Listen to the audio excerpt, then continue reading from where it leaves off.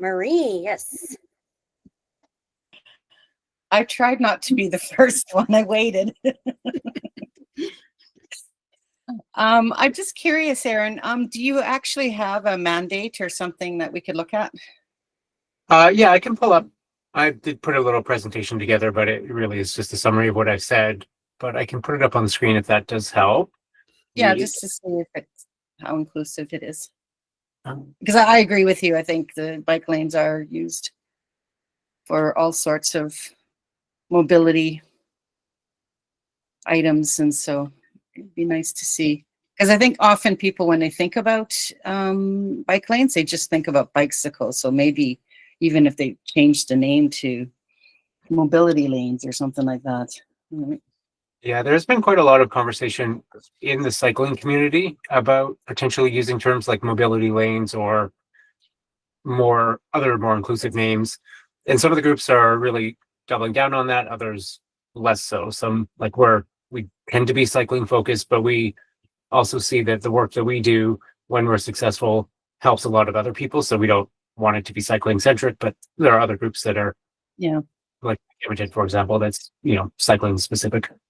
I see that you do have in there, no matter how they travel or for what purpose. So, yeah.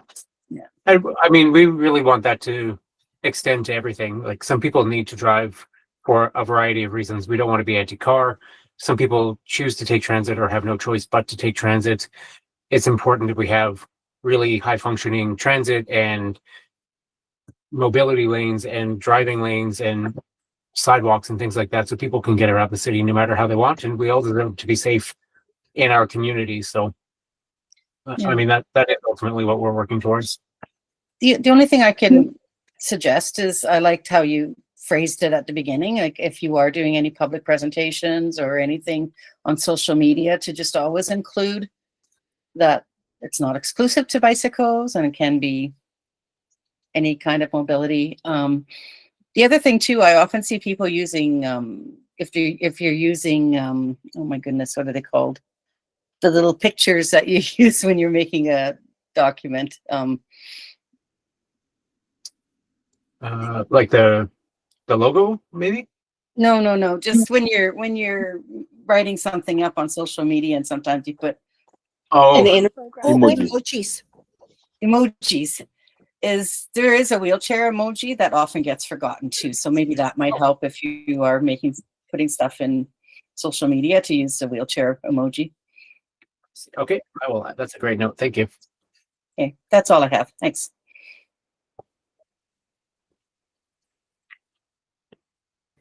Yeah, Kimberly, go ahead. Hi. So in terms of bike paths, I think they're fantastic, and I do like the idea that they are used by others in the community for safety reasons. One reason why I support bike lanes is because sidewalks for deaf people who are walking, having someone come up behind you in a different vehicle is not always safe. You can't hear bells and things like that. I often use sorry, the interpreter can't see Kim very well. So I'm going to ask whoever is sharing the screen to please stop sharing. It's taking way too much real estate at the moment, and I cannot see Kimberly. And if you bear with me for one moment so that I can, okay. So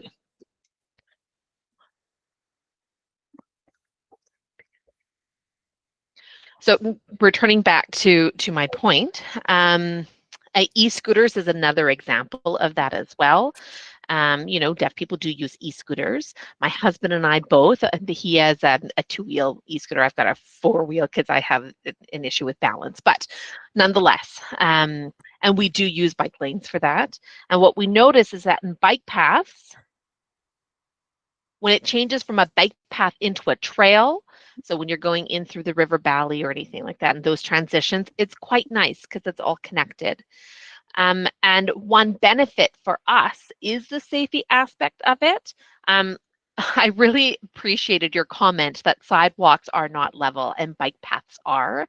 One of the things about bike paths being level really eliminates that motion sickness and that idea of just going up and down the hill all the time. So that is really valid.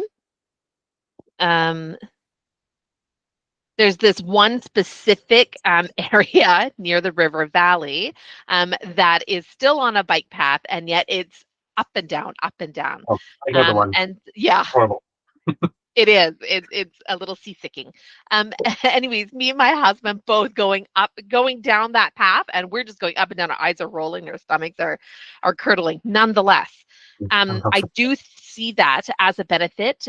So I don't think that bike lanes are only there for bikes. I think it's there for safety on sidewalks, especially for individuals who are deaf or hard of hearing. And not just deaf or hard of hearing. There's a lot more people with their headphones in or their ear pods and things like that can't hear it, or people who are using their e-scooters and things. I think that we can look at the advantages of having bike paths that are not only centered to bikes. And someone else's mic is coming through. Back button, throw error.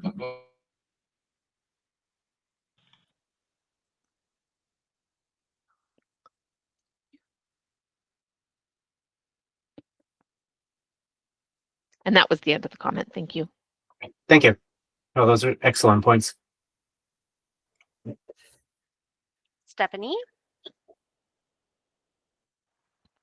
Can you guys hear me? Yes, we can. So I'm actually gonna go from a slight opposite perspective of Kimberly's, where like myself and many others in the community who are blind,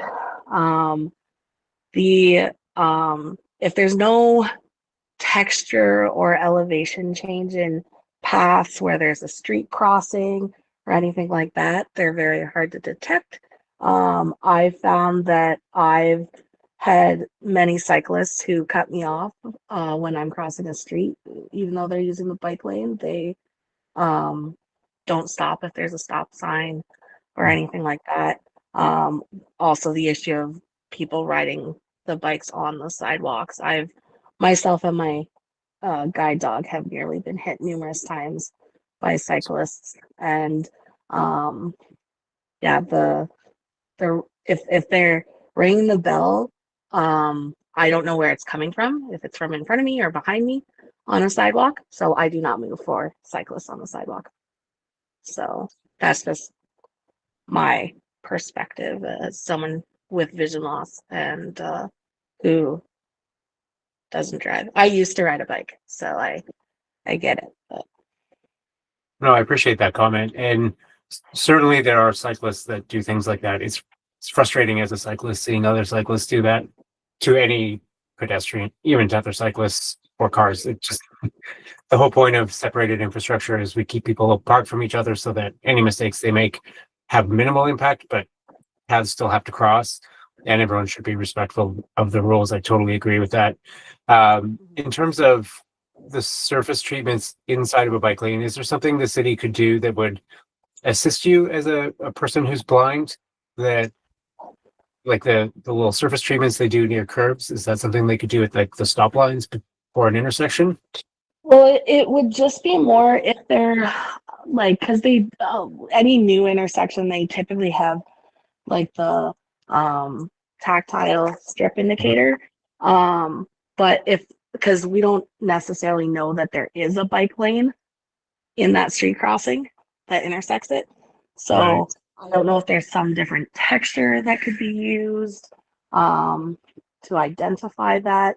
Because a lot of intersections, they're starting to put interlocking brick on the intersections, but it goes all the way across. So I don't know if Doug might have any other suggestions, but yeah, I've gotten my cane stuck almost a couple times in someone's bike, and that's like, I'm not for shared pathways, like for those reasons. I'm opposed to them just as a blind pedestrian. No one like understands that I can't see you, so they expect me to move, and so yeah, I have a lot of thoughts about shared pathways as well. Generally, the coalition is not in favor of them. We don't think they're really appropriate in most contexts, like unless it's fully separated from cars with low intersection density, like the River Valley, for example. We generally don't support them for that reason, but also for a number of other safety related issues with interactions with cars. But thank you for that. David is next. I did see Doug, you had your hand up, and then I don't know if it went down. Yeah, Doesn't Steph have- covered my stuff. Okay, sounds good. Then we'll go to David and then Drina. Thank you, Aaron. Obviously, there is a strong alignment with what the AAC is doing, and we are much interested in contributing. Just to add to what everybody has said, a couple of suggestions. I don't know how you intend to engage council, whether you are going to send a letter or a presentation.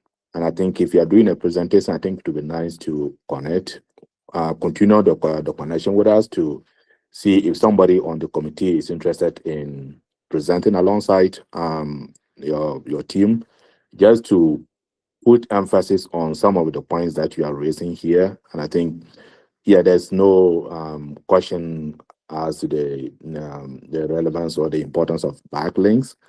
There is more value to it than not having them. So just like how do we mobilize our voices together, and so that you can have a very strong presentation to council to let them know, yes, there is a huge need to make sure that bike lanes are kind of very safe and they are also available for everybody who want to use them.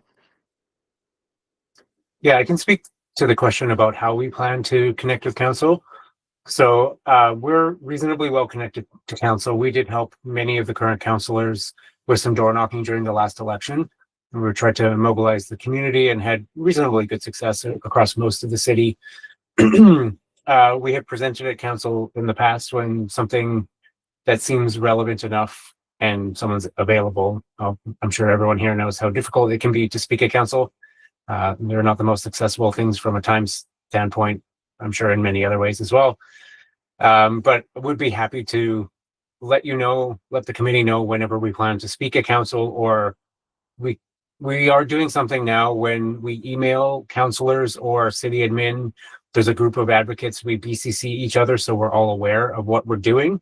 So I could add you to the BCC line and make sure that the committee is aware of the things that we're sending out. There's been a lot about Vision Zero lately. I don't know if this committee has been talking about that, but it's appalling to me, frankly, that we're setting records 10 years after becoming a Vision Zero city for preventable traffic deaths. So it's something that we've really been pushing on a lot over the last couple months, and something we'll continue to push on as the 4-year budget comes up in the new year. There's an opportunity to do some things there, I think, but we do, regularly send emails. We've talked about doing open letters or things like that as well with some of the other advocacy groups. There's a couple projects that we're keeping an eye on for an appropriate time to do that, but happy to let you know what we're doing so that you can join in if you see fit. Awesome. Drina, go ahead. Oh, you're on mute, Drina. Sorry about that. That's okay. I have a concern with some of the smaller mobility scooters using bike lanes. You Okay. can't see them. And they come out in front of or between two cars, and you're right on them before you can see them. They don't have a flag at the back sticking up so you can see it. So I would have concerns with some of them using bike lanes right beside traffic. I think we're going to see some deaths or injuries with it. Drina, can I Is there an clarify? example of Sorry. of the type of scooter that you're thinking of? Yeah, I was I gonna can't say a mobility scooter. A mobility scooter. Yeah. There's the bigger ones you can see a little bit more. They're higher, you can see Okay. them. But there's some pretty small ones, and it's great for the individual. But without a flag or without some way to notify the driver that you're there, Hmm. I just about hit somebody about a week ago. Is and it's not a good feeling. No. Is this something that you think it might be tied to the ballooning size of automobiles and the low forward visibility that a lot of new trucks and SUVs have? Or is Well, it it's even specific- worse. Oh. I was talking to my son, who's a police officer, and he says he can't see them, the smaller mobility scooters, at all. So, sharing bike lanes, which is right next to traffic, I'm not sure if that's a good idea. are those scooters better on the multi-use pathways? They tend to be more or less where a sidewalk would be. They're just a little bit wider. Yeah. So, I know where I came from in Moose Jaw, they passed a law that you had to have a 6 foot, one of those 6 foot flags on the back. And accidents went down in half with that Oh, wow. because you could see them between vehicles. Are there very many of that style of scooter in Edmonton? Is this a common thing? Or is it something that's growing with all the various electronic micromobility? I see them everywhere. So, Something to look into. I'm not super familiar with that particular one, or I can't picture it at least. I see them everywhere too. Yeah, if you can think of a make and model or a brand name or something that I could look up, that would be helpful. okay. I think the flag is a good idea, making it mandatory. Yeah, like the city council in Moose Jaw made it mandatory. Unfortunately, one person died before they did. Mm. And that was Yeah. back in the 90s. Okay.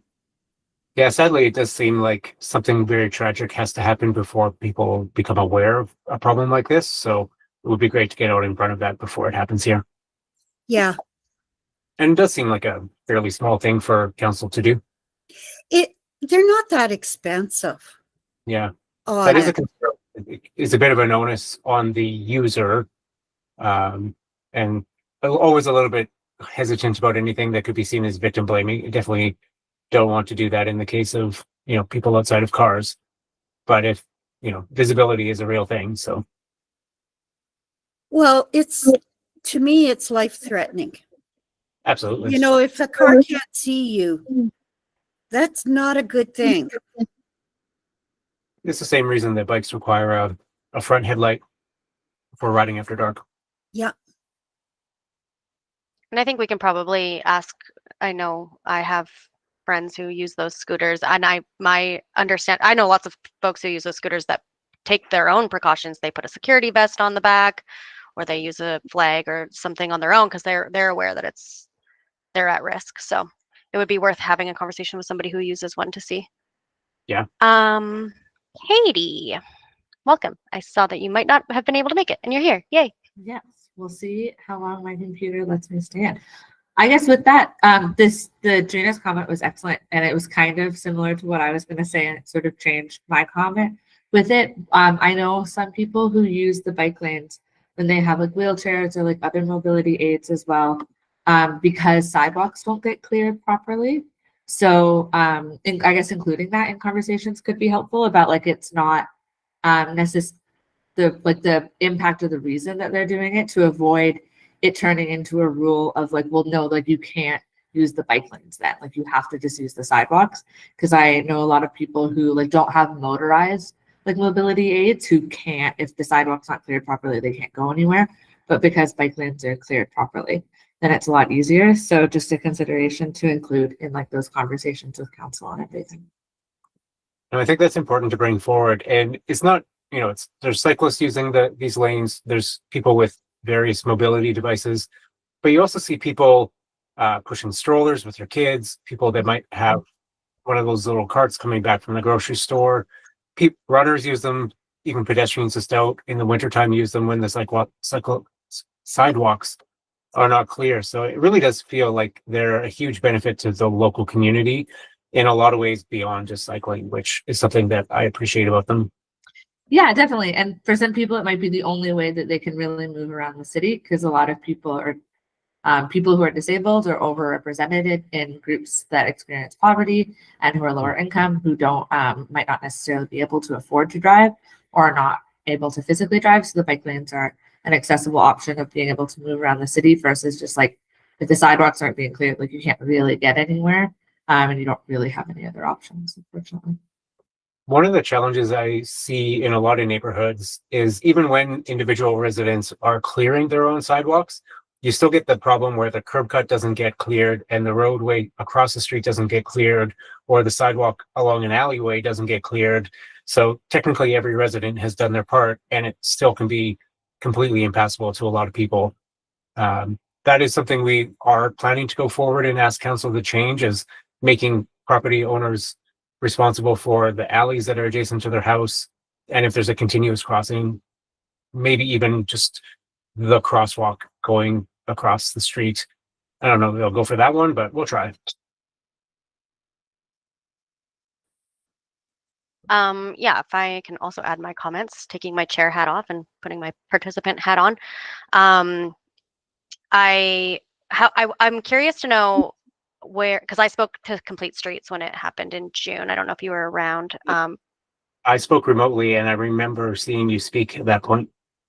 Yeah, and so I'm curious to know how you feel about, because I have the same kind of dichotomy of like a shared use path has a place, I think, versus like a dedicated bike. Like I think if we had a shared use path for a lot of these other things, like these mobility scooters, or people using wheelchairs, like something that's a paved continuous path that's less interrupted than others, and a bike lane where like bikes and e-bikes and scooters could go, I think that there's a good separation.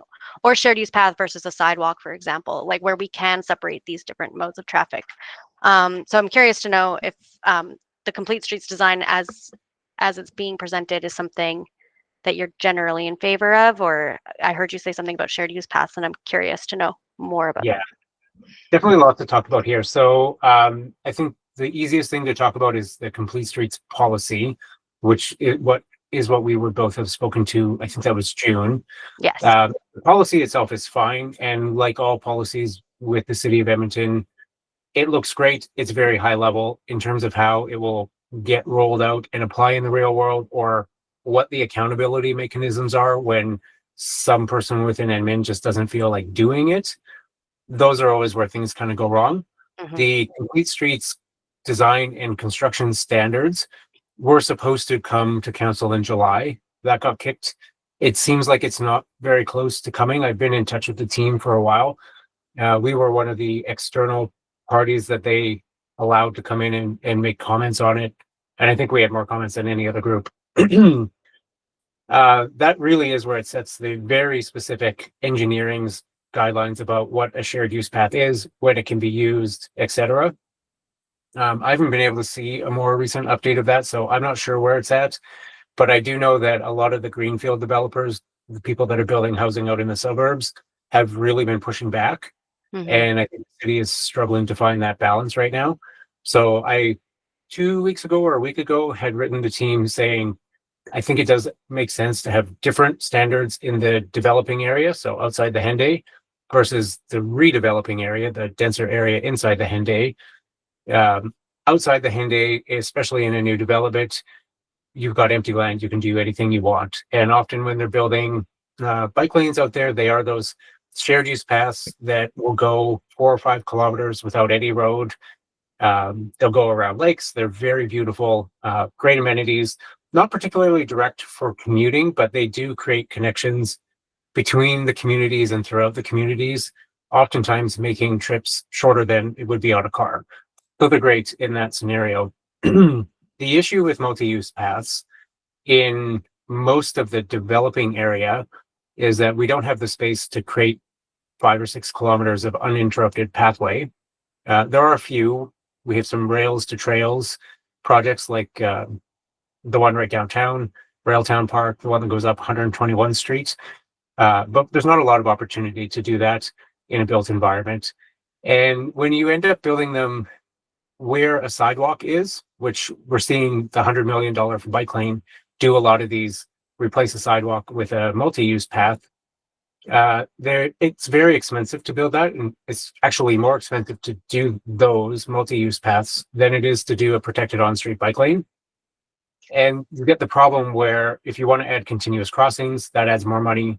If you're doing curb extensions, that adds more money. If you need to do daylighting, that adds more money. And only when you get all of those elements, the wide sidewalk with the curb extensions and the daylighting and the continuous crossing, only then do you get what's called 5A infrastructure, the always available for all ages and abilities.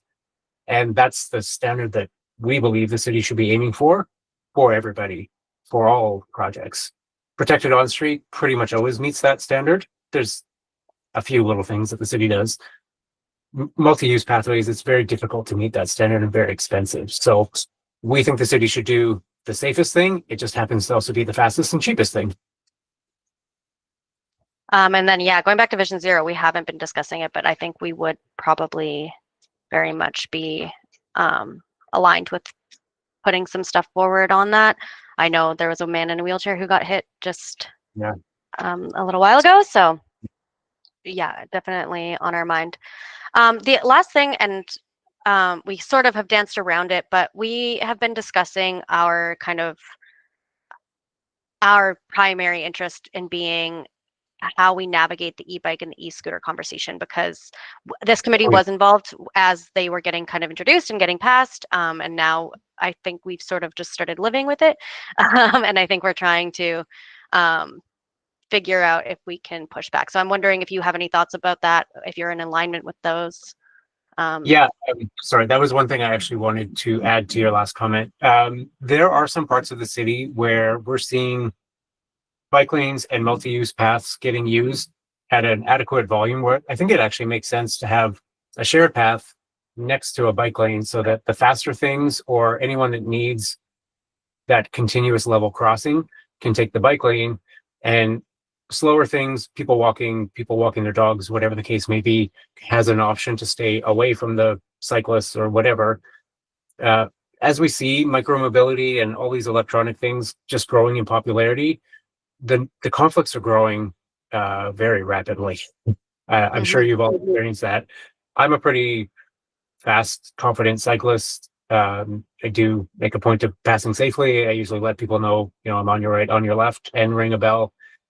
But there's just a lot of people sometimes, and there'll be kids, and not everyone's very patient, and not everyone likes stopping for stop signs.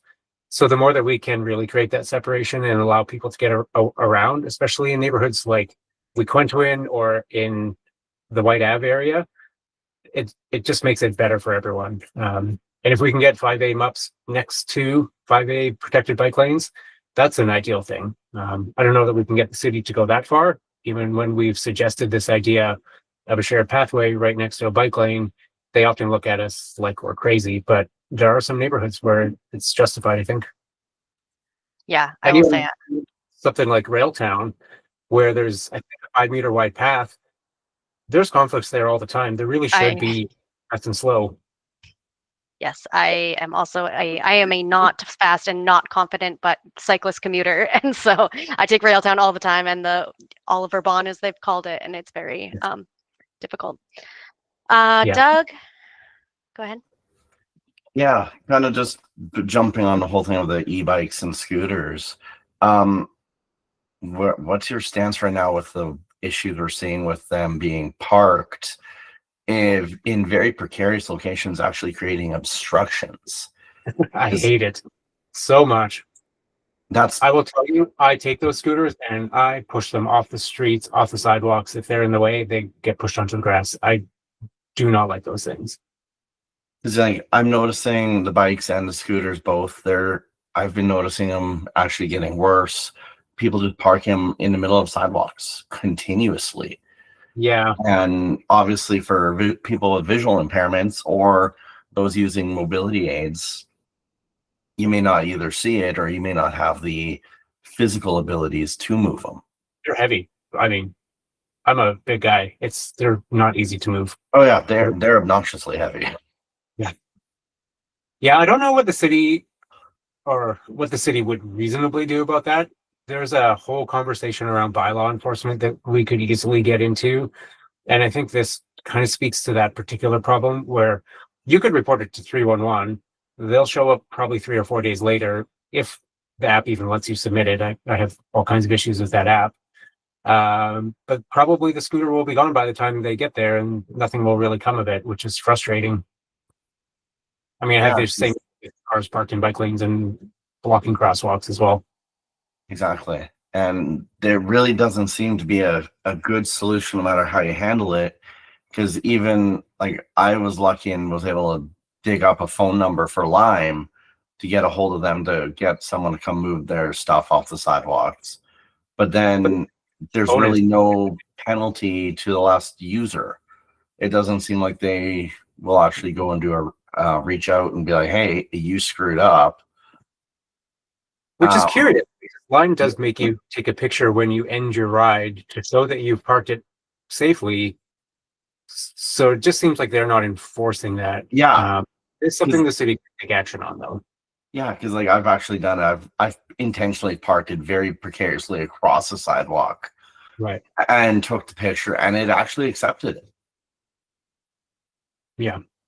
Obviously, I moved it afterwards, but the app considered that a safe parking. Yeah, that's problematic. It's something we could raise with Lime. We have been in contact with them at points. I see Stephanie.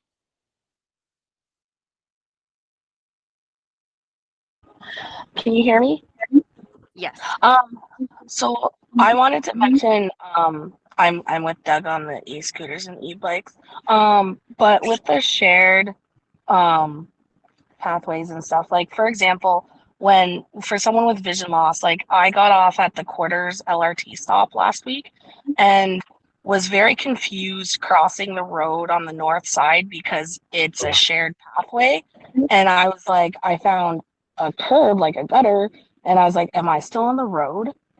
Because I didn't know that it was a shared pathway. I was like very confused. Because my guide dog just took me to the up curb and I was like, okay, forward. And he's like, we can't go there. There's a fence. And so that like is an example of why they don't work so great. Because yeah, as someone who's been hit by a car, they're very scary. I bet. Is from your perspective, is a bike lane on the street, like at car level, more similar to a car lane, something that you're more able to detect or your dog is able to detect? They just cross over it as if it was just like a lane of traffic. Okay. So that feels probably better than a multi-use path? Yeah, and like I was told in by a coworker who was out east, for the bike lanes in like the maritime provinces, for places where there's a stop sign, you almost have like a turnstile type of thing that you have to like weave through to actually like stop at intersections, which I personally think would be amazing. But, just as an example. So, yeah.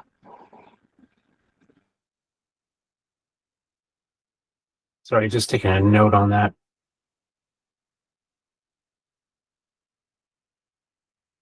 Do you know what those are called? Is that like those almost like Cowgate style ones where you have to kind of go around one side and then go around the other way? Yes. Like kind of Yes. make an S through it? Yes. And they, sorry, in what province or city? I'm not sure what province. She just said it was out east. She was visiting.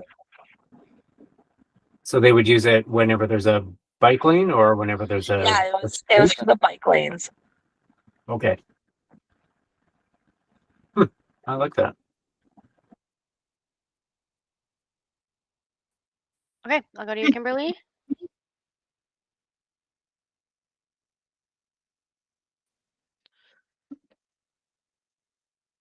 I'm just thinking about Vancouver, because there's a lot of bike users and multi-use paths and lots of sidewalks. And the great thing about them, they actually have 2 lanes in those. So one specific for people that are going slower, that might be walking, might be pushing a stroller. Another one that's much quicker, and that's for someone that's biking, e-scootering. But it's like one lane that's divided into multi-use. and it keeps you safe away from traffic. And so those who can, go a little bit faster, they have that dedicated smaller lane that's again separated from traffic, but also separated from those who are going a little bit slower. So it's similar to multi-use, but it still has that differentiation. Also, I wanted just to agree with Drina as well. So like I said, I do use e-scooters. And I have,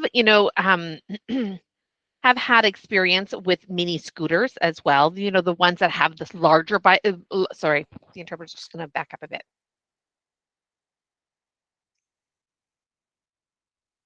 So I have a scooter myself that I use, but it's one with those larger wheels, not the smaller wheels. And what I have seen is similar to what you were describing. These scooters are much smaller. And I agree, visibility, it makes it really challenging. And so, and you're right, I see these bike lanes being used more because in the wintertime, the sidewalks are not shoveled, but I also see them on the road sometimes. And visibility becomes difficult. So yes, I think even, promoting or encouraging those construction vests, the ones that you can that glow in the dark or things like that, that increases visibility. The flags is also a great idea, but there are different ways that can be mitigated. Sorry, give me one moment. And I think because it's so small, and they do have headlights, they do have lights, but some things are so small, they just don't give enough light at night for cars to be able to see it. The other thing is the way that our city is designed, there's 4 or 5 lanes of traffic. So sometimes if you're in that first lane, you might see that scooter, but if you're in the last lane, you don't see who's coming across. And so that's where someone is getting impatient and they just keep going. What the city, I believe, really needs to reinforce is that if you cannot cross a crosswalk or you cannot cross a lane if there are other cars stopped. And I don't think that happens in our city enough. I see often that people just go. So we really need to be looking both ways when we're using these vehicles, autos or automobiles, so that when individuals are crossing, it's safer. No, that's an excellent point. This is a problem for everyone in the city outside of a car. Drivers don't like to stop at stop lines. They don't like to stop for red lights or stop signs. When they're turning right, they just roll right through intersections, whether there's a bike lane or a crosswalk, marked or unmarked, people in it, it doesn't matter. Drivers, it's getting really bad out there, and it seems like it's getting a lot worse. And from what I understand, I'm hearing from several counselors that they're starting to hear complaints from other drivers also about the way that people are driving in the city. We're seeing people blatantly run through red lights. It's getting really bad. And this is something we want to see action on for sure. So thank you for raising that. Okay, well, thank you, Erin, for joining us. Just before, Sam, I just wanted to add something. Something that just popped into my head while I was listening to Erin. The other thing is that scooters sometimes have horns or even bikes with bells and whatnot. I don't think that we can rely on that because there are people that can't hear the bells. Mhm. There are people that can't hear the horns. And like I said, a lot of people are using their earbuds or their earphones and things like that. And so even for individuals, like sometimes, like if I'm driving, I'll honk and I'll just keep it until, someone finally turns around and goes, oh my gosh, you're there. So Yeah. I think that can't be the only solution. No, it's true. And I mean, cyclists, anyone that has a bell should be ringing out for people that can hear it. Calling out that you're on the left or right helps as well. Not everyone can hear, like you say, whether you have headphones in or whatever, which is why we should also be giving a safe passing distance and slowing down. I did want to ask Kimberly, actually, when you were talking about Vancouver, do you know in those separated lanes, do they have posted speed limits? I believe some cities are going that direction now, but I don't know if that's true in Vancouver. Erin, the posted speed limits for e-scooters, like for that one path? For, yeah, the fast and the Thank you. slow, if there's like a max 10 or something.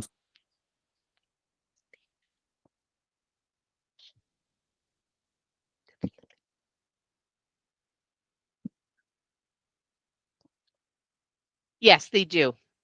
Okay. I don't Do you recall know? exactly what that posted limit is, but I do recall because I use that quite a bit, and I had everyone pass me all the time. So you've got people on the path using all of their e-equipment or their bicycles, and they just go pretty quick. I think it's 12 to 25. One is 12. One is sorry, I'm not sure. One is up to 12 kilometers. The other one is 25, up to 25, maybe something like that. I'm not too sure. I know for sure that 12 kilometers per hour would be for the walking lane, right? So you can use, or running. So you can walk here or use this path up to 12 kilometers. And I Which is a think very that the reasonable. fast one is 25, but I don't recall for sure. Yeah, I see a lot that are either 20 or 25. That is pretty common, which is where the vast majority of cyclists can only get up to anyway. It's hard to get too much above 30 for any sustained period of time for most people. So very reasonable to have those speed limits, especially in busy places. Right, except unless you're using an e-scooter. If you're using e-scooter, there are e-scooters that can go up to 70 kilometers an hour. So if you're Oh, wow. using it, yeah, definitely, it's just breakneck speed. Some of the new do They that as just well. zoom right Not- past you. Yeah, Yeah, I've seen that often happen. yeah. I don't know if you've seen the go-kart. There's a guy that rides a go-kart around the river trails. And sorry, Ooh. the interpreter's just getting some information. Often it's young guys that I see this happening with. And it's a bit careless. It's reckless. Sorry, Yeah. Aaron. I was just saying, there's a guy that rides a go-kart around the city on the multi-use pathways, and he must go 70 or 80. He doesn't warn people he's coming. He just flies right past you. It's scary sometimes. Oh, wow. Yeah. Is that all the hands? I think we got 3 questions. I think Awesome. so. Well, thank you so much for having me. If there's any last comments or anything you want to leave me with, I'm happy to take them. But I would love to work together with the committee if you think there's lots of opportunity. I think there's a lot of shared goals, and by adding our voice to what each of us is fighting for, there's a higher chance that the city council or maybe admin will take us seriously. So please, however I can help, let me know. Yeah, so I think you have our accessibility email. So if anything, I think that, and I'll say sorry to Britt and Carissa who monitor that email in advance, but if you want to BCC us on that, and then they can send it out to the committee. And then I know, like when you were talking about snow and ice, that is something that we are pretty actively keeping an eye on and also putting forward. So we'll do the same, like when we're bringing things forward, we'll just send them your way. And if we're in agreement and we can support each other, I agree. We're stronger together. So Awesome. There are 2 things that are coming to council that are sort of immediately interesting. As part of the budget adjustment that's going on through this week, there is an opportunity to increase snow and ice clearing largely for pedestrian paths and around transit stops. So we've already expressed support for that. It's really not cycling related at all. Council in the past did not pick that higher option, but it's still a step forward. And Mayor Knack has told us that he intends to figure out a way to get funding in the new budget for a traffic enforcement team. So this would be something like peace officers, like they're doing on transit right now, within city administration, as opposed to the police officers being the ones to handle it. That would give the city a little bit more ability to direct them and get them focused on things like Kimberly had mentioned, for example. So we're obviously very in support of that, and we'll see where that one goes, but I don't expect it till the new year. yeah, we wrote in terms of this budget adjustment, there was a lot of things that we also felt we would love to see funded, but we were sort of given an either or by our council appointee. So we picked the DATS, maintaining the DATS level of service as our kind of primary, but yeah, that the second one was the pathway clearing, which we did express that we would love to see funded, but Yeah. we'll see. That's Karen Tang, right? Is your council representative? Yeah. Awesome. Okay. Awesome. We I'll will take be it. in touch. Okay. Have a great night. Thanks, you too. Bye. Goodbye. Do we still have snow angels, the volunteers that do shoveling in the community? Is that still a thing? complicated. Yeah, Marie, I'll give my 2 cents and then I'll let Marie talk. But I think the first thing I know is that Snow Angels, I think, is a trademarked name by Calgary. So we haven't officially had Snow Angels as a program. I don't know if it's Calgary, and I don't know if it's something where we can't use it. And then the second piece is that officially the city can't fund anything like that because of insurance reasons. But Marie, I know your community does something. Yeah, so the Snow Angels. So last year, the city of Edmonton called it Snow Angels, and there was a grant that you could apply for. And people could contact the Snow Angel hotline. But we've done it a little bit different. We've did a hybrid in our community, and we're applying for the grant, which is a basic community grant. We're still, because they don't call it Snow Angels anymore. I forget what they call it. We're still calling ours Snow Angels, and I'm just coordinating that for our community only. So if anybody has snow they want removed, there's an email called snowangels@ritchie.com or something like that. And then I just coordinate somebody to go and do the shoveling. But yeah, so it's just, I think, community by community if people want to apply for that grant for your own community. Go ahead, Caroline.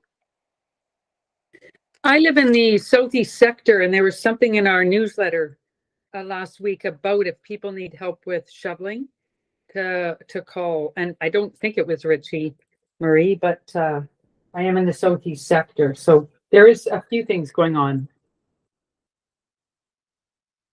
Yeah, I think it's going to be neighborhood by neighborhood because there is that grant that's available. So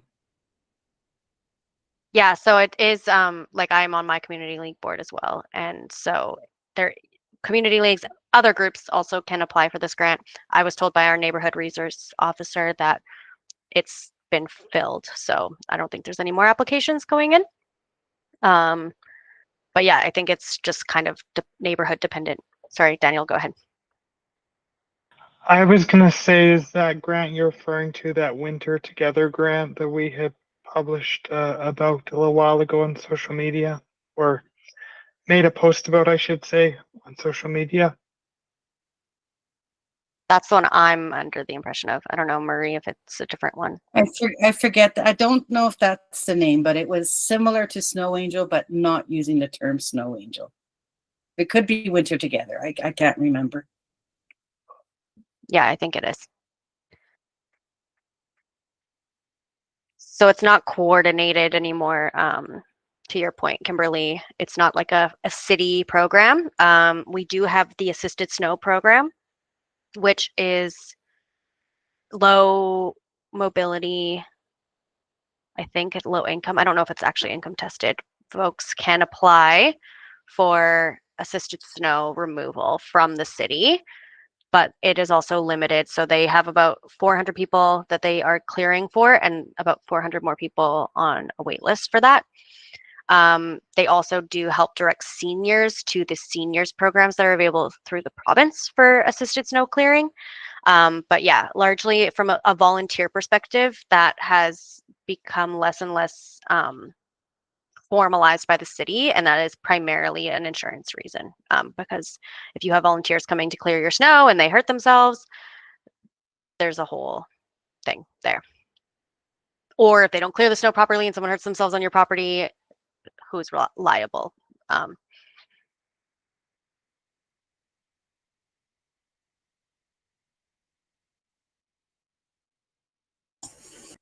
That makes sense. Yeah. Liability culture. Okay. Where is my agenda? There it is. Okay, so moving forward, our next thing is the welcome letter to our new council. So Katie has gotten started on that. I have touched base because I found out that community engagement is working on theirs, was working on a letter as well. So I have sent the letter to Zach so that we can make sure that we're not duplicating our efforts. I would say it's not quite like ready to go yet. But I guess I could get it. Yeah, I haven't really gotten an okay from Zach to see if he has had time to kind of implement it. So I don't know that it's ready to go out to the committee at this point. But it looks really great. Thanks, Katie, for starting that. I can share my screen and read it off, just so you guys can see where we're at, but it's not, like I said, community engagement hasn't had dipped their toes into it yet. Let me share this.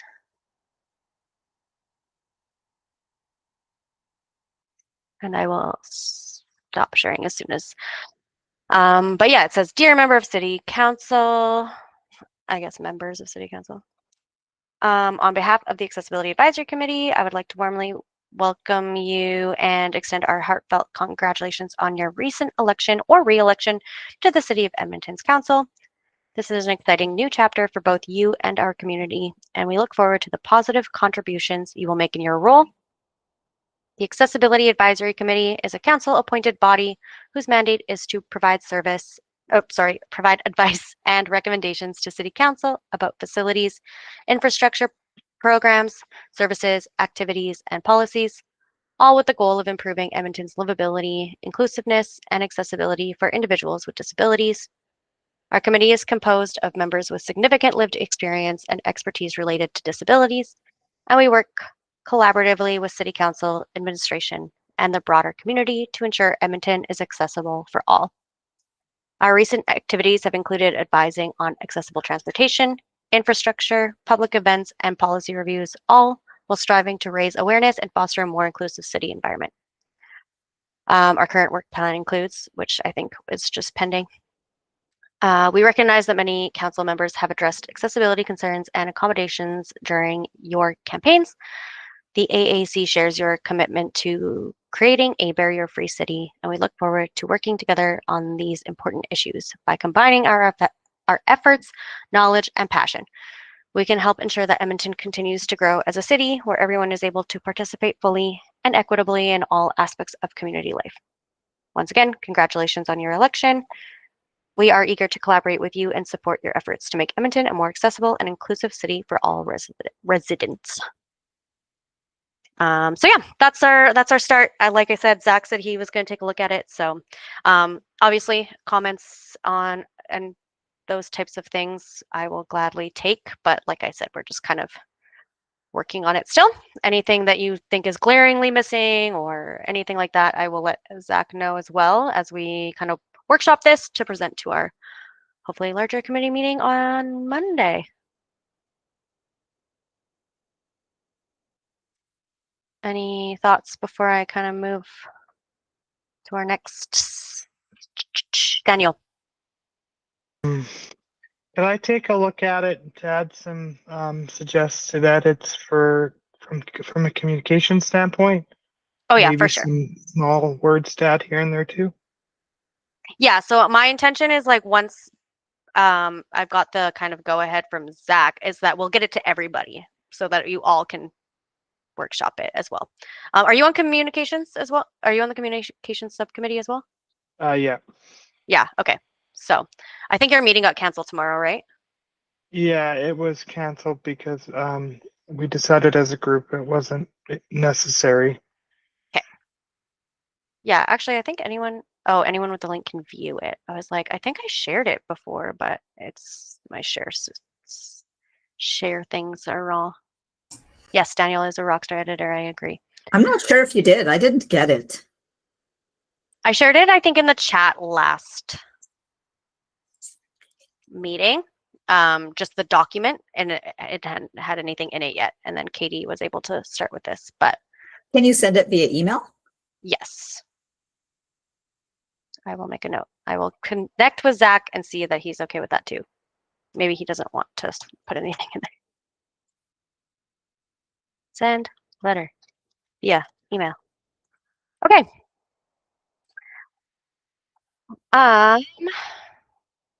We are just barely ahead of a schedule. So roundtable discussion. I have. Oh no, sorry. Reviewing the campaign promises for our newly elected council. Marie, I see your hand up.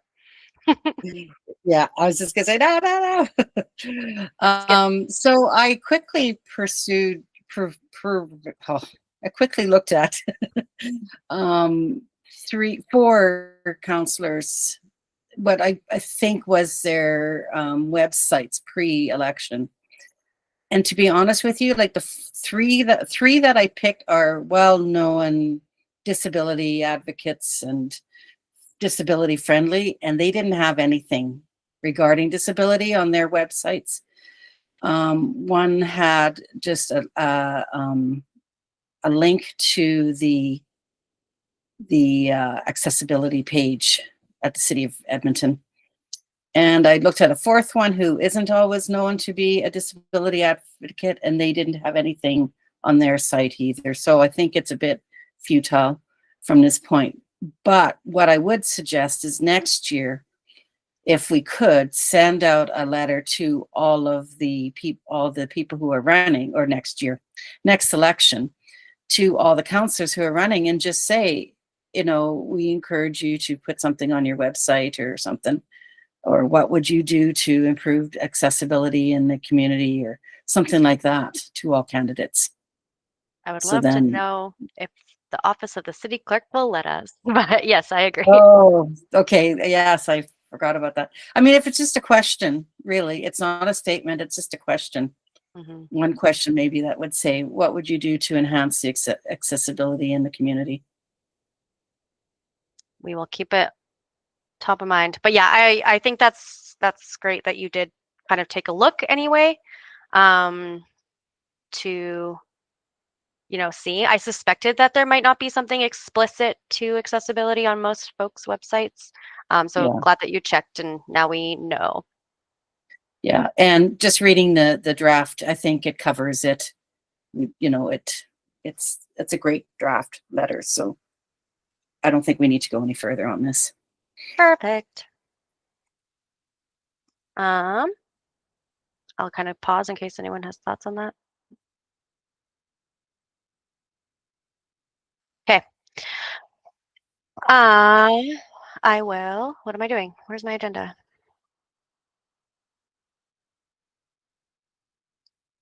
I moved it into the wrong folder in my email, and now I can't find it. Okay, roundtable. Right.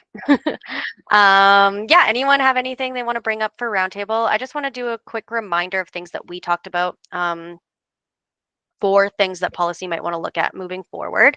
So a little bit of that micro mobility, like we talked about, we wanted to maybe revisit some of that. I had administration looking up some of the conversation around where e-bikes and e-scooters landed. This connection with the YAG Bike Coalition might be helpful. I think they're, broadly in support, probably, I would assume, of micromobility, which we might not necessarily land on broadly in support of. But I just haven't had a chance to kind of go through what administration has found about where council landed. So that's something that we might visit for a future policy meeting. And then other things we talked about maybe wanting to follow up on, and when we get into the new year, maybe you guys can rank these for me so we can look at what we might want to focus on. But I have ASL interpretation for city council and committee meetings, accessible events, micromobility, which we kind of just talked about today. Hold on. I need to make sure I have them in order. And yeah, I think that's those are the sort of 3 ones that we brought up last month. So that's what I plan to build our agendas around, to see what kind of work we want to do. Let me know maybe broadly what you want to look at in January. And go ahead, Marie. I'm just wondering, I know people might say it's outside of our mandate, but at the end of the day, I wonder if, to keep it within our mandate, if we could send a letter to mayor and council to ask them to put pressure on the government of Alberta regarding the changes to AISH. Mm.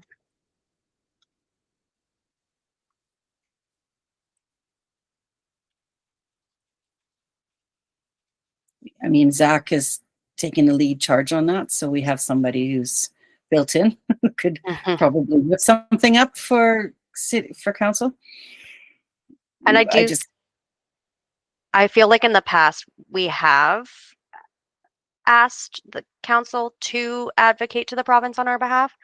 I'm not sure now with all these mandate changes if that's something. I mean, that's the thing. We can always ask and they can say no. Yeah, exactly. Thanks. Yeah. Douglas? Another issue we probably would want to dive into would be the only being able to license service animals up at the care and control center, since it is inaccessible to get to by transit. I was there yesterday. Yeah, Yeah. it's a real pain in the ass. Especially when the city requires us to have the Alberta Service Dog ID in order to license our dogs. It's just another barrier having to, get a friend or something or pay an Uber or a cab to go up there. It's just a pain in the butt, especially since I don't know when they stopped doing it, right around COVID. Up until that point, they were licensing animals in the Edmonton Tower. And this is to get like your To actually get our animal license for the city. yeah, so like mine's like a pet license or whatever, Yeah. but because mine's a pet, but that's what you need to get as well, just to register that you have a dog. Exactly. Okay, and that's fully within the city's Yeah. purview. And we're only able to do it basically if I want to do it in February where mine is due, I have to basically call 311, have them put a request through, have care and control possibly call me back because I can't even renew online because they won't allow it. That's so weird. And I've attempted to get responses from them as to their logic or reasoning, and they refuse to give anything. Okay. So, and I mean, obviously this will impact more than just me, say like me, Steph, but anyone with a service animal who licenses as a service animal, we can't even renew online. So that's the difference. Because I was like, admittedly, I don't know when I last registered my pets. So I don't know if it's available to me online. I think that sometimes they just send me a reminder and I just do it, which is why I can't think about it. Yeah, like if you have just a regular pet, you can renew your pet licensing online. But as soon as you have a service dog connected to your account or to your address, you have to renew your service animal on site at the care and control center. That is so strange, Douglas. Why would they do that? No idea. Especially when they were allowing it to be done at the Edmonton Tower up until the pandemic. Sorry to jump in, but I'm super interested as well. Sorry, it's Britt here, Douglas. I'm going to look into that. I'm going to put that as an action item for myself and Carissa to look into, just to kind of see. Yeah, because within the city, what's going on there. Exactly, because it's a bit of a problem. Like if you, I think that is definitely something that we need to advocate for. Writing a letter, something to council. We can get behind that. Yeah. Okay, perfect. Yeah, I think we can action that immediately. So I have that you're looking into it, Britt, that admin will look into it. And when we hear back from you, we can decide what our next step is. Daniel. I was going to say, with the province still not providing a lot of funding for the leisure access program and the subsidized transit passes, do we want to still loop back onto something like that in order just to help kind of build support for City Council and specifically Mayor Knack continuing to lobby the government to support that program? based on the fact that a lot of persons with disabilities are using both the leisure access program and the benefits associated with it, whether that's the lower cost transit, so on and so forth. Yes, I haven't heard any update on that. So are they currently not funding, or they just have limited funding for that program? I'm not sure recently, but I know like in the past year or so, the government announced they would be cutting the amount of funding, but we'd have to check back on what the current status is. Okay. Yes, definitely. We can put that on our to-do and radar. We can even ask maybe Councillor Tang if she has an idea what's going on there. Carlene. Hi, I just wanted to, it's just a point of interest. I just got back from 3 weeks in Sri Lanka, and it is, you know, certainly not as developed as Canada and lots of places are, but I toured most of the, you know, I did a tour around the country, and in everywhere but Colombo, which is the main city, I encountered about 100 meters of sidewalk anywhere. So essentially, everybody walks on the roads. And accessibility, I saw 2 people in wheelchairs the entire time I was there. So I think it's really, we're really, you know, yes, we have lots of issues to fix, but that would be a very difficult country to have any accessibility issues in. So I found that interesting when I was there for sure. And the people I talked to, it is just not in the conversation to address accessibility at all. So just a point of interest. Yeah, and it's good to remind us that while yes, we have work to do, and there are countries that we can definitely, or you know, Stephanie was talking about the maritime provinces, and Kimberly was talking about Vancouver. Even areas within our own country that are maybe doing things differently or more successfully than we are, that we are also miles ahead of lots of places. Yeah, I mean, at least we're on the agenda. Exactly. Yeah. Okay, thanks. Thanks, Carlene. Sorry, I just saw chat. Okay, well, so I have a big list. It sounds like the pet licensing, sorry, not pet licensing, the service animal licensing, we can action hopefully ASAP. In terms of what we want to talk about or sort of focus on in January, so I can maybe create a more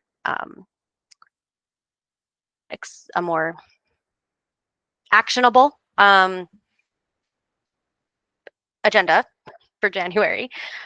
Do we want to?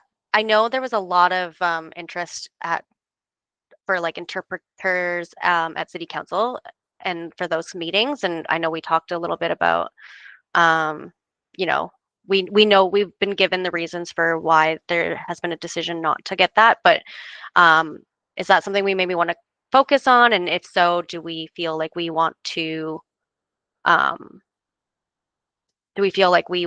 get kind of an official statement from the city clerk on the reasoning so that we can then maybe provide a written response? Or yeah, Katie. Yeah, I think hearing from them about the reasoning and what's going on, and then if it's like where they, I guess not, like, yeah, what their data is, or like where they got that information to create that reasoning would be helpful. Okay, so maybe I'll start by drafting an email to get, I don't know, the chain of commands, and I'll work with Dana and Britt and Carissa on how that happens. But maybe we'll start by asking the question so we can get a written response, and then we can kind of draft from there. Because I know we've gotten verbally the response from Carissa, but it's like, I wonder if we can get a written response so that we can more easily draft. Maria, you had your hand up. Did you put it down? Okay. Okay. I will make that an action item between now and January. Sam. email?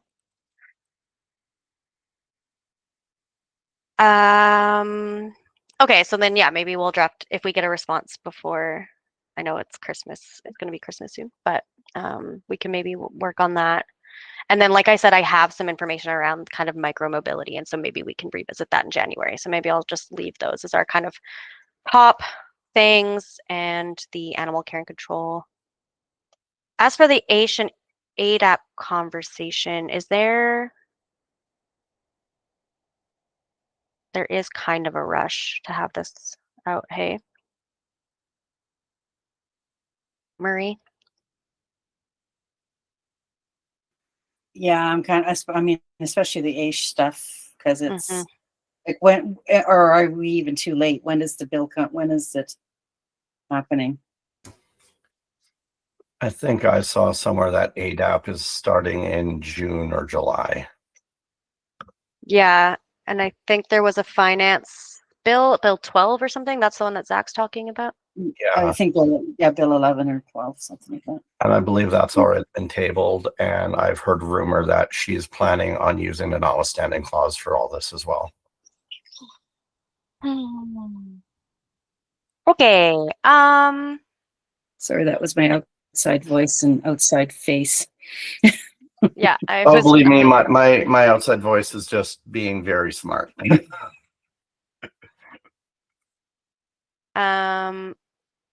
Okay. I'll maybe, like you said, because Zach has his own kind of push for this. I'll maybe see if he has ideas on what we can maybe present to council. And I don't know, Tanya, I'm kind of gonna look at, oh, sorry, I see raised hands, but I don't see them on my screen. I just quickly before I finish my thought, or I want to finish my thought, Tanya, I know we've written when you have the longest tenure, we've written asks for support in advocacy to the city council for the provincial government before we kind of delve down that road. Do you have any idea of how our success rate on that? Is that something the council has done before? We've Not. Yeah, we've brought things forward. I would say success rate is none. Okay. So something we might want to make sure that we flag and then maybe, yeah, okay. I mean, Go ahead. I say that just in terms of outcomes, but then awareness is, always Another a thing. win. So, Okay. Go ahead, Kitty. Oh, sorry. I honestly have no idea how my hand got it. Oh, okay. Go ahead, David. Yeah, I was just like, we have not really. I think the last time we attempted to have council send a letter to the province on an issue, I don't think we did have a success. But I know the provincial, what kind of disability council, they have a disability association, and even have an advocate. I don't know if you will like to reach out to those organized entities and just to ask and see what is their position. I know obviously they are affiliated with the province, so they may not have a contrary kind of perspective. They may say like, but the question would be just to be in touch with them and see what is their position regarding this particular new changes, knowing that it is going to have a substantial impact on a number of individuals. Mm-hmm. Yeah, I don't know what our reaching across, like I know personally, like individually, I've done that where I've talked to the disability advocate and Premier's Council on the status of persons with disabilities. I don't know if as a committee we've ever kind of reached across that aisle. I know they came to present to us. So yeah, maybe I'll talk to executive and see what they think about doing that. Because yeah, it's obviously going to impact a lot of people. Kimberly, go ahead.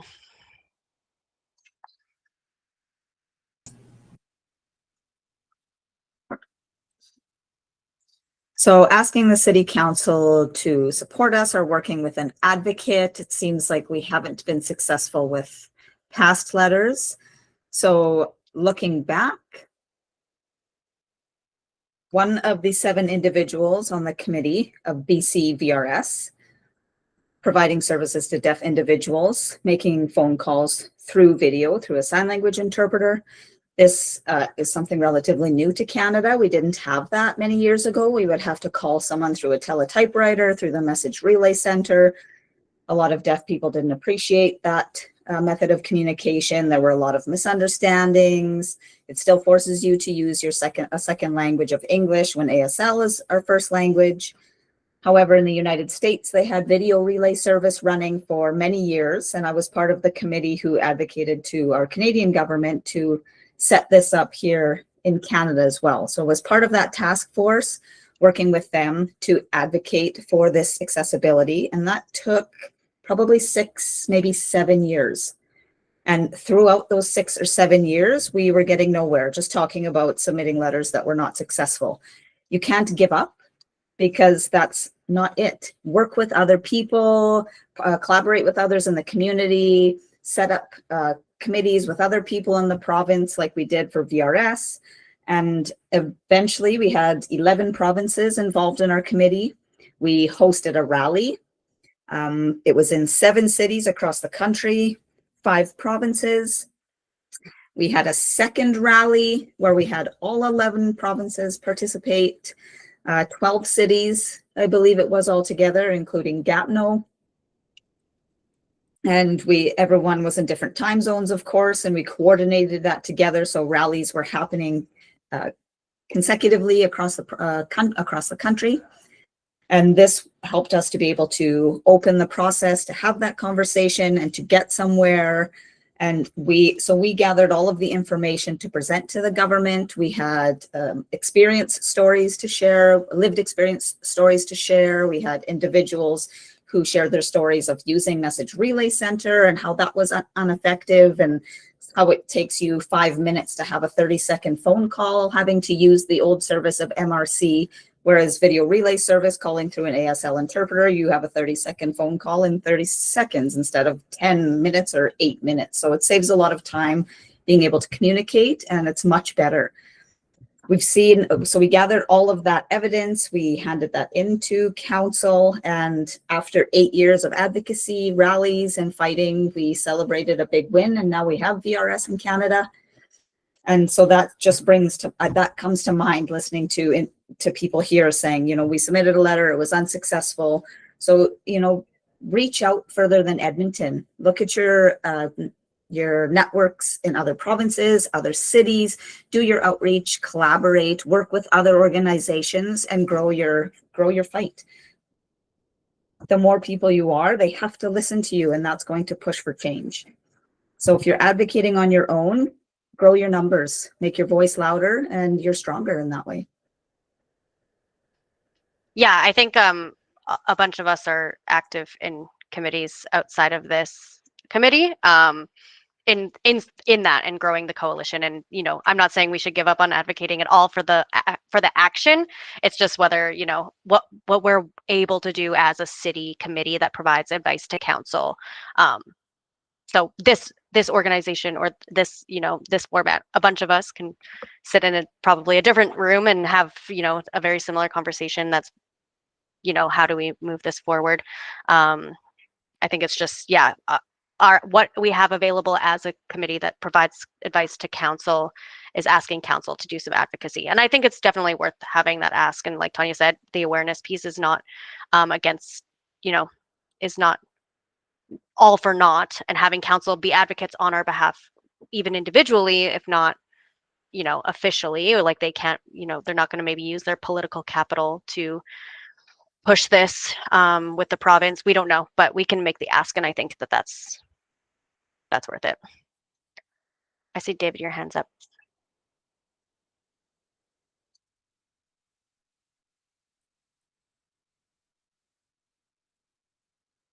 Unless it's a legacy hand.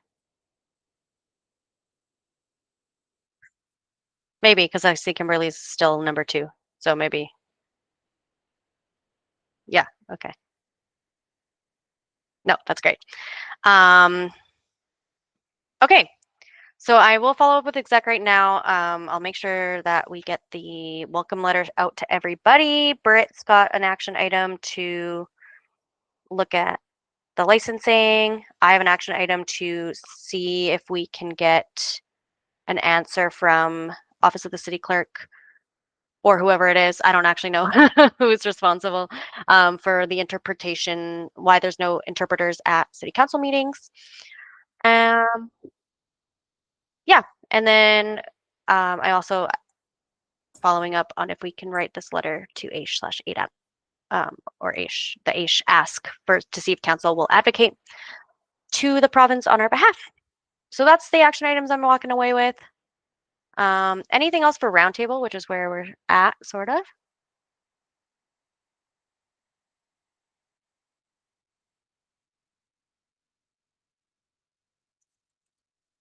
Not seeing anything. Okay. I'll give you 5 minutes back. I will, actually, I should just double check sorry, I put my agenda away again. I think there's just some upcoming reports that we want to look at. There's the traffic bylaw we might want to take a look at. Ribbon of Green strategic plan. I believe that is a kind of River Valley thing. Britt, I'm looking at you, maybe. We don't know. But we can look at it. Do you know? Yeah, sorry, I'm not sure. That's okay. I think I've seen Carissa's, so I'm just kind of stepping in here without that's okay. background, but I can find out. Yeah, we can all look it up too. But yeah, there's a list at the bottom here. Downtown attainable housing, one of our key pillars. We're probably going to want to look at that. It's coming up in February. And then transition strategy for homelessness related services, which is a March one. And again, we've been pretty interested in housing as part of our strategic plan. So we can take a look at these, see if there's anything we want to get involved in. Please feel free to email me if you are desperately interested in any of these specific things. We have a few action items ready to go, and I will follow up with everyone shortly on those. And with that, I will adjourn the meeting and give you only 4 minutes back of your time. So I will adjourn at 5:56 p.m.